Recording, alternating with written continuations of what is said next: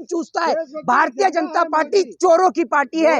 इनकी पार्टी के नेता भाजपा के गवारों को स्कूल भेजो सारों को। मिल गए, बाबा मिल गए। देखिए मैं आपको बता दूं कि भोले बाबा को कोई ढूंढने की जगह नहीं है, ठीक है ना। भोले बाबा तो पहले से ही मिले हुए हैं। भोले बाबा इस देश के हिंदुओं के दिल में रहते हैं। भोले बाबा इस देश के अंदर उनको दिल से मानने वाले, चाहने वाले लोगों के दिल में रहते हैं और इसीलिए हम रुद्राक्ष धारण करते हैं। हमें किसी को दिखाने की जरूरत नहीं है, ठीक है ना। हम भोलेनाथ को मानते हैं और भोलेनाथ आपको केदारनाथ में भी पाए जाते हैं। भोलेनाथ आपको अमरनाथ यात्रा पे भी मिल जाएंगे। भोलेनाथ आपको हरिद्वार भी मिल जाएंगे। लेकिन भोलेनाथ कभी भी उपद्रवियों के साथ नहीं है। ये भोलेनाथ को मानने वाले लोग नहीं है, ये तो सत्ता प्रेमी लोग हैं। ये उपद्रवी लोग हैं जो इस देश के अंदर दंगे और फसाद बढ़ाने का काम करते हैं। मुस्लिम पक्ष कह रहा है कि वहाँ केवल फुब्बारा है, भाई हिंदू पक्ष कह रहा है कि वहाँ बाबा हैं। मैं आपको इस बात को एक बात बता दूं कि बाबा है या नहीं है, तो मैं आपको सबसे पहले तो मैं आपको एक चीज बता दूं कि इसके अंदर जो है एक चीज जो मैं आपको सबसे पहले बता देना चाहता हूं कि अंदर जो दोनों ही पक्ष थे, वाराणसी के जिला अधिकारी कौशल राज शर्मा ने कहा था कि अंदर क्या दिखा इसकी कोई भी जानकारी किसी भी पक्ष द्वारा बाहर नहीं दी गई। तो किसी भी उन्माद के आधार पर नारे लगाने का दावा जो है वो झूठ है, ठीक है ना। तो इसकी कोई भी जानकारी जो है वो बाहर नहीं दी गई है। तो इसके अंदर ये शिवलिंग है, फवारा है, क्या है क्या नहीं है। मोदी जी आपने फोटो नहीं देखा सोशल मीडिया पे और नेशनल मीडिया पे कितना तो वायरल हो रहा था। तो आप एक बात आप मुझे बता दीजिए, आपने फोटो देखा है? अब वायरल हो रहा था तो सबने फोटो देखा है ना, तो आपको क्या लगता है फोटो के अकॉर्डिंग वो शिवलिंग है?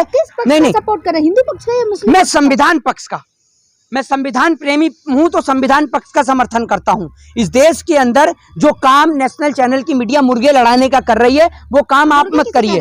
मुर्गे हिंदू और मुसलमान को जो लड़ाने का काम कर रही है, तो आप भी हैं। हाँ तो बता तो रहा हूँ, हमें लड़ाने का काम कर रही है, हमें लड़ाने का काम कर रही है मुसलमान से, यही काम कर रही है। शाम को मुर्गे लड़ाने का काम करती हैं। इस देश में ज्ञानवापी मस्जिद हो चाहे इस देश के अंदर मंदिर हो, आपको मैं एक बात बता दूं, जब इस देश के अंदर एक एक्ट बना 1991 एक्ट एक बना, जिसके तहत रिलीजन एक्ट के तहत जब पहले ये कह दिया गया था कि 15 अगस्त 1947 के बाद जिस जगह पर मंदिर है उस जगह मंदिर रहेगा, जिस जगह पर मस्जिद है उस जगह पर मस्जिद रहेगी। तो उसके बाद संविधान की धज्जियां क्यों उड़ाई जा रही हैं? As a reporter, as a patrakar मैं आपसे एक सवाल करता हूं, मुझे आप सवाल का जवाब दीजिए। इस देश में संविधान सर्वोपरि है या इस देश के अंदर केशव प्रसाद मौर्य जैसे लोग? संविधान सर्वोपरि है। तो संविधान क्यों बना रहे हैं जब आप संविधान की धज्जियां उड़ाते हैं, उनके एक्टों को नहीं मानते हैं? नारा लगा था कुछ समय पहले जिसने कहा था कि अयोध्या तो राम मंदिर बन गया लेकिन काशी मथुरा अभी बाकी है, तो क्या ये उसी का रिएक्शन है? मैं आपको बता दूं कि काशी मथुरा तो आपको चलिए आपने सुना ही था। ये कर्नाटक कहाँ से आ गया अब निकल के, ठीक है। असल में इस देश के अंदर अब मुद्दा जो है वो यही है कि हिंदू मुस्लिम मंदिर मस्जिद, इसके बाद में जमीन के नीचे क्या है। एक काम करिए, पहले आप पूरा हिंदुस्तान खुदवा लीजिए, पूरे हिंदुस्तान की धरती पे बुलडोजर चलवा दीजिए। मैं तो कहता हूं कि अगर आपको ये लड़ाने का ही शौक है, देश के लोगों को क्यों मरवा रहे हैं, हिंदू मुसलमान करते हुए क्यों मार रहे हैं? अब मोदी जी पे सवाल उठा रहे, गए तो है नेपाल, तो कहा तो है कि मुझे बहुत खुशी है कि अधूरा राम मंदिर बन गया। अरे एक बात मुझे बताइए, आपको एक बात समझ में आती है या नहीं आती है? इस देश के अंदर मंदिर है या मस्जिद है, उससे आपको क्या फायदा है? मैं आपसे एक बात पूछता हूं कि कहीं इस देश के अंदर जब स्कूल बनता है तो क्या पत्रकारों को खुशी होती है? आप मंदिर और मस्जिद के नाम पर जो मुर्गे लड़ाने का काम कर रही हैं, लोगों को लड़ाने भिड़ाने का काम कर रही हैं, मैं समझता हूं। तो सवाल किया जाएगा ना। अरे मुद्दा तो इस देश में शिक्षा भी है, महंगाई भी है, मुद्दा ये भी है कि SSC GD के छात्र वहां नागपुर में बैठे हैं, मुद्दा ये भी है कि 1100 रुपए का सिलेंडर हो चुका है, गरीब आदमी कैसे सिलेंडर खरीदेगा। मुद्दा ये भी है कि CNG के दाम बढ़ रहे हैं तो ऑटो रिक्शा वाला ऑटो कैसे चलाएगा, मुद्दा ये भी है। भाई उन्होंने साथ ही साथ एक बयान और दिया है कि वहाँ पे जो बुद्ध भगवान है मेरा उनसे कोई रिश्ता है, पुराना रिश्ता। देखिए मोदी जी का रिश्ता तो मैं नहीं जानता कि कहाँ तक का है, और इनका रिश्ता जब आप समझती हैं बांग्लादेश तक निकल गया तो इनका रिश्ता कहीं भी निकल सकता है। ये आप ये देख लीजिए, ये आदमी झूठ बोलने में नंबर 1 आदमी है। ये आदमी जितना झूठ बोलते हैं ना उतना आदमी कोई झूठ नहीं बोलता। एक हिटलर था, ये हिटलर के बड़े भाई हैं झुटलर, ये पूरा उनके नक्शे कदम पे चलते हैं। आप हिटलर को देख लीजिए, जर्मन के तानाशाह। किसके सबसे सच्चे? ये तो मैंने नहीं कहा। अरे तो नरेंद्र मोदी जी सच्चे हैं ये बता दीजिए। मोदी जी सच्चे हैं? प्रधानमंत्री जी हैं। मोदी जी सच्चे हैं? अरे प्रधानमंत्री है, मैंने मना किया क्या? सच्चे हैं मोदी ये बताइए। प्रधानमंत्री हैं? अरे प्रधानमंत्री है मान तो लिया, वो सच्चे हैं ये बताइए। सच्चे ही होंगे ना, सच्चे होंगे ना जब प्रधानमंत्री। एक नंबर के झूठे हैं। अच्छा, एक नंबर के झूठे हैं। अच्छा, एक नंबर के झूठे हैं। फोटोग्राफी आदमी है, फोटो जीवी आदमी है। जो आदमी इतने बड़े प्रधानमंत्री कार्यालय में अपनी बेचारी बूढ़ी माँ को नहीं रखता है, वो आदमी आपको लगता है तो वो अपनी खुशी से और आप कह रही हैं, आपने क्या कहा, मोदी जी सच्चे हैं, प्रधानमंत्री सच्चे हैं। बुलेट ट्रेन कहाँ तक चलती है इस देश में? अब मौका देंगे तो आ ही जाएगी। स्मार्ट सिटी कहाँ है? 8 साल में सारी ले लोगे मोदी जी। अरे तो एक ही बता दो, मैं तो सारी नहीं पूछ रहा, मैं तो एक ही पूछ रहा हूँ, डब्बा ही बता दीजिए कहाँ है बुलेट ट्रेन का, एक सिंगल ही चल रहा हूँ कहीं। अब मौका देंगे आगे तो बन ही जाएगी। अरे मौका कितना, 8 साल में एक डब्बा भी नहीं बना। तो हर किसी काम को समय लगता है, धीरे धीरे कर रहे हैं ना। अबे भैया आप कैसे समझेंगे, आपको कैसे विश्राम नहीं करेंगे हैं? अभी हम विश्राम नहीं करेंगे। हाँ विश्राम नहीं करेंगे जब तक गरीबों का खून नहीं चूस जाएंगे ना। एक फिल्म आपने देखी होगी, एक वो फिल्म थी मर्द, उसके अंदर जिस तरीके से अंग्रेज ऑफिसर जो गरीबों का खून निकालते थे ना, तो वो तो दिखाकर निकालते थे, ये गरीबों के अंदर डायरेक्ट पाइप घुसड़ के खून चूस रहे हैं। इनको सुन लीजिए, इनको मशरूम से ज्यादा गरीबों का खून चूसने का शौक है। ये आदमी गरीबों का खून चूसता है। भारतीय जनता पार्टी चोरों की पार्टी है। इनकी पार्टी के नेता भाजपा के गवारों को स्कूल भेजो, सारों को इन्हें पढ़ाओ लिखाओ, इन्हें स्कूल भेजो, इन्हें पीएचडी कराओ और उसके बाद इनसे पूछो मंदिर और मस्जिद के बारे में। इनसे अगर आप पूछ लोगे, इन्हें गीता का श्लोक नहीं याद होगा।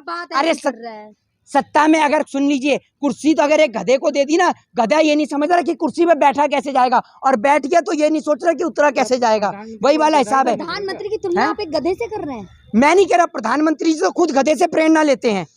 प्रधानमंत्री जी के आप वीडियो सुनिएगा, एक वीडियो में प्रधानमंत्री नरेंद्र मोदी जी कहते हैं कि गधा भी हमें प्रेरणा देता है और मैं खुद गधे से प्रेरणा लेता हूँ। इस देश के प्रधानमंत्री जी गधे से प्रेरणा ले रहे हैं, तभी इस देश की ये दुर्गति हो रही है। वो तो प्यार करते हैं ना जानवरों से, देखा नहीं आपने, मोर को भी दाना देते हैं अपने। अरे पागल बनाया जा रहा है। प्रधानमंत्री जी के जब मीटिंग चलती है तो सीसीटीवी कैमरे लगे होते हैं, दिखा दीजिए।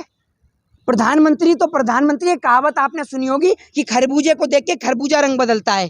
तो जैसे नरेंद्र मोदी जी झूठ बोलते थे, अमित शाह भी झूठ बोलना शुरू कर दिए हैं। देख रहे हैं ना, अमित शाह ने कितना लंबा झूठ फेंका कि मोर आके चोंच से ठक ठक कर रहा है। सीसीटीवी फुटेज दिखा दीजिए, जब प्रधानमंत्री की मीटिंग चल रही हो तो फुटेज दिखा दीजिए।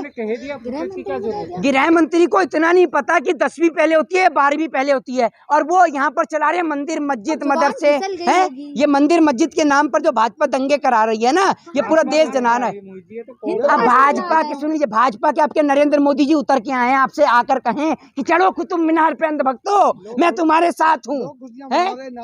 काय की खुशियाँ मना रहे हैं, काय की खुशियाँ मना रहे हैं। 2 करोड़ रोजगार मिल गया। एक मिनट, अरे काय की खुशियाँ मना रहे हैं, 2 करोड़ रोजगार मिल गया है। शिवलिंग मिला है, हिंदू पक्ष के शिवलिंग की कमी, कितनी शिवलिंग चाहिए बताइए? मैं आपको एक नहीं 1 करोड़ शिवलिंग देने को तैयार हूँ। क्या? अरे सुन लीजिए, मैं आपको 1 करोड़ शिवलिंग देता हूँ, आप मेरे देश के नौजवान को 2 करोड़ रोजगार दीजिए। है दम आप में? है दम?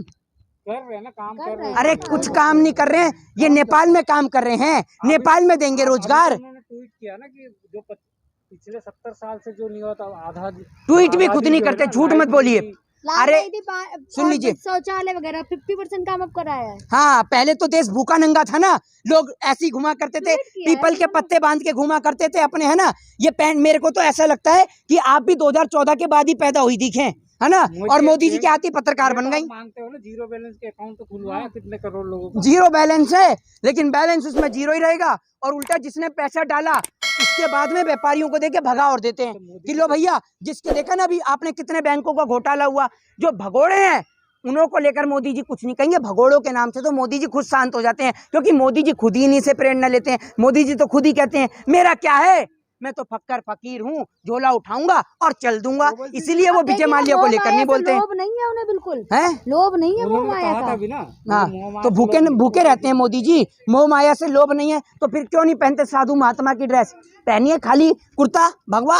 प्रधानमंत्री क्या चाहते हैं? चलिए ये मुझे बता दिए, सुन तो ये आरएसएस वाले काली टोपी क्यों लगाते हैं, भगवा टोपी क्यों नहीं लगाते, काली टोपी क्यों लगाते हैं, ये तो बता दीजिए। ये नागपुर की गैंग, सुन, ये नागपुर की गैंग वाली भाषा ना कम बोलिए आप, ठीक है ना। इस देश को बर्बाद करने में पत्रकारों का और इस देश के अंदर नेताओं का सबसे बड़ा हाथ है। जय हिंद, जय भारत, वंदे मातरम।